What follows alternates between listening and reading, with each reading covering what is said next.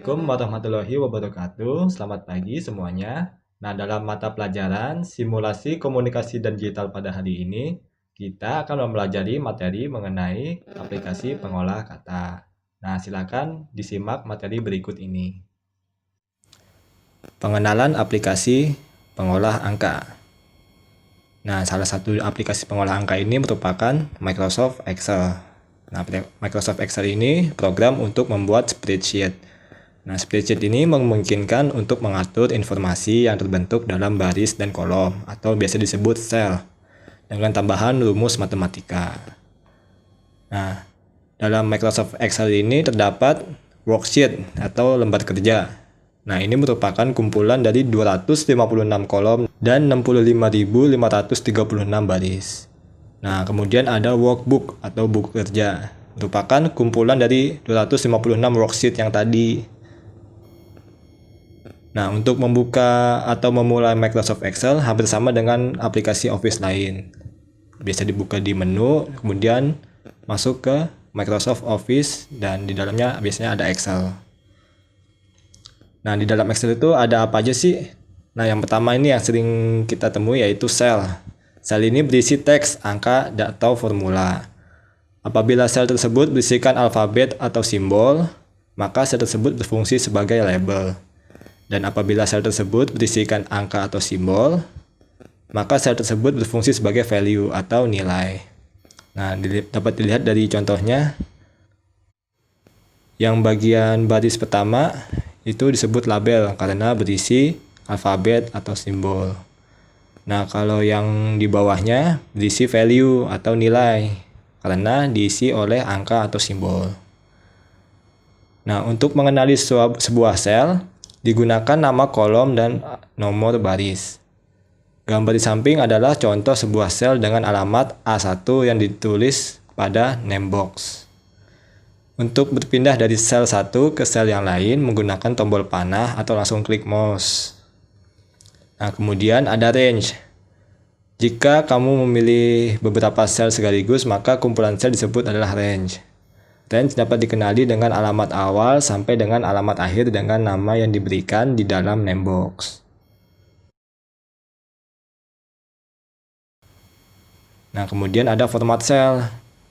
Suatu sel dapat diatur tipe data, tampilan, warna, huruf, ukuran, dan lain-lain melalui format sel.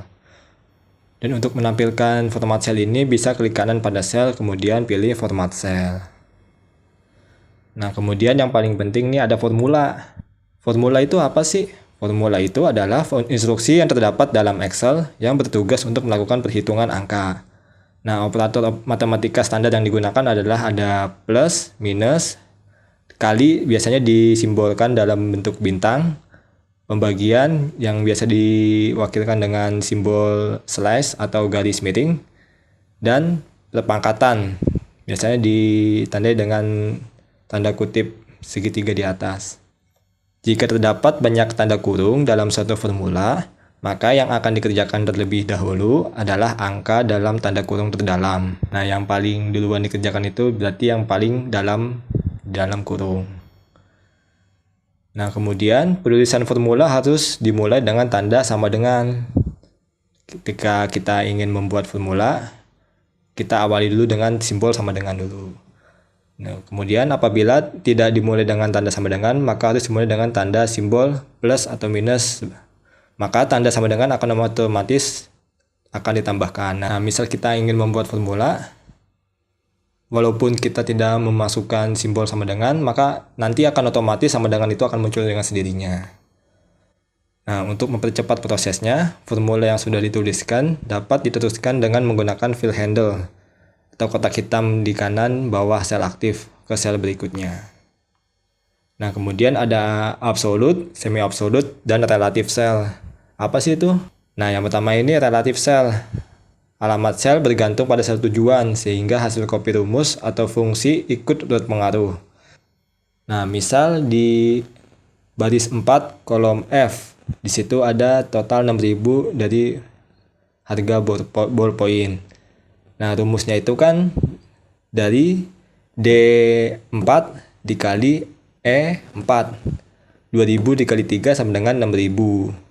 Nah, jika rumus ini kita copy di bawahnya yaitu F5, maka akan mengikuti D5 dan E5, dan seterusnya.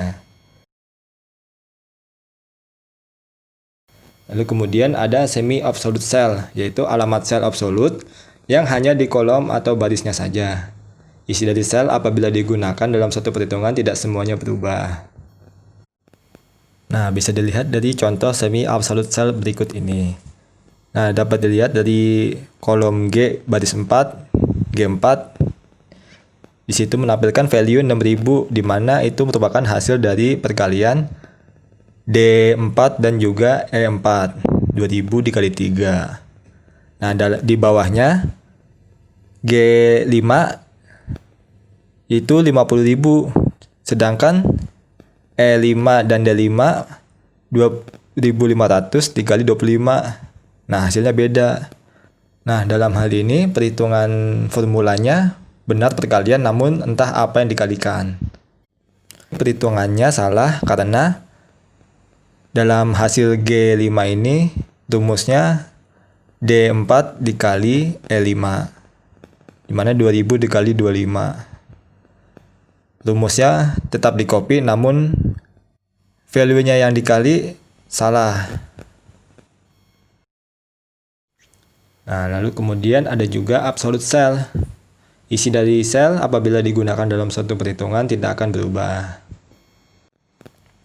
Nah, dapat dilihat dalam contoh absolute cell berikut ini, di mana kolom H semuanya isinya 6000. Nah, dalam kolom H ini rumusnya sama-sama D4 dikali E4, yaitu 2000 dikali 3.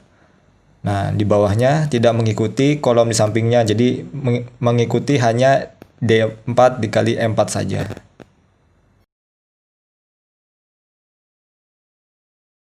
Kemudian ada fungsi. Nah, fungsi ini adalah formula yang disediakan oleh Excel, tergantung dari data yang dipakai untuk mengerjakan perhitungan khusus. Nah, jika tidak tahu formula yang akan digunakan, Excel sudah menyediakan beberapa formula yang sering digunakan, jadi tinggal kita pakai. Nah, untuk menggunakan fungsi bisa menekan tombol Fx. Selanjutnya akan muncul jendela fungsi. Nah, seperti ini. Nah, demikian materi mengenai dasar pengolah kata. Berikut saya berikan tugasnya.